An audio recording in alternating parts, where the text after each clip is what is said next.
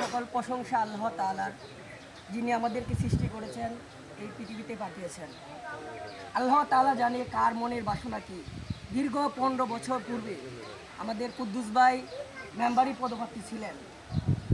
যাই হোক, কারণবশত তিনি জয়যুক্ত হতে পারেননি, কিন্তু তার স্বপ্ন এখনও আছে। দীর্ঘ 15 বছর পর আপনাদের মাঝে সকলকে একসাথে করে তিনি এই মত জানতে চান যে আপনারা কি তার পাশে আছেন কিনা।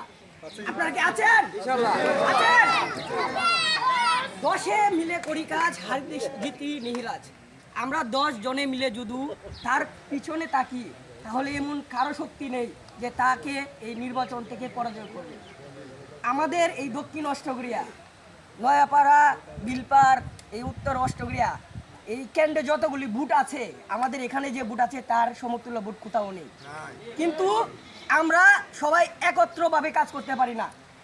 শুধু পিছনে থেকে বললে চলবে না আমরা আছি, সামনে থেকে বলতে হবে আপনি থাকেন আমাদের পিছনে, আমরা আছি আপনার সামনে। তাহলে তাকে পরাজয় করার মতো কেউ নেই। শুধু সকলে তাকে নির্বাচনে বলেন যে আপনি মেম্বার পদপ্রার্থী হিসেবে দাঁড়ান, সে দাঁড়াবে। কিন্তু আপনাদেরকেও কথা দিতে হবে যে তার পিছন থেকে কেউ এক পাও সরে যাবেন না। পারবেন কিনা বলেন? যদি পারেন তাহলে সে আপনাদের সাথে সবসময় আছে। সে আমাদের এলাকার মেম্বার নয়, সে আমাদের ভাই, আমাদের চাচা, আমাদের বন্ধু।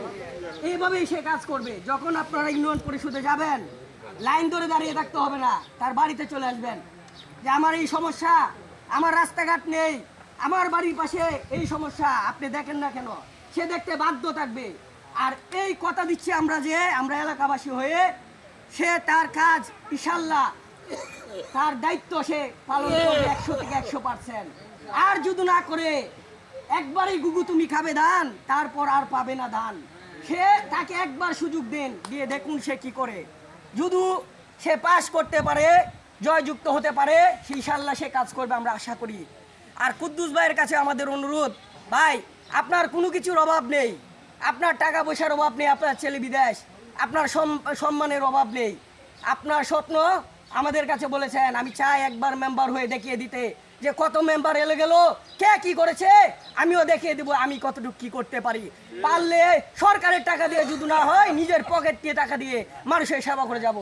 ইনশাল্লাহ সকলে তাকে সাপোর্ট করবেন এবং দোয়া করবেন। সকলের দোয়া এবং আশীর্বাদ এটাই যথেষ্ট।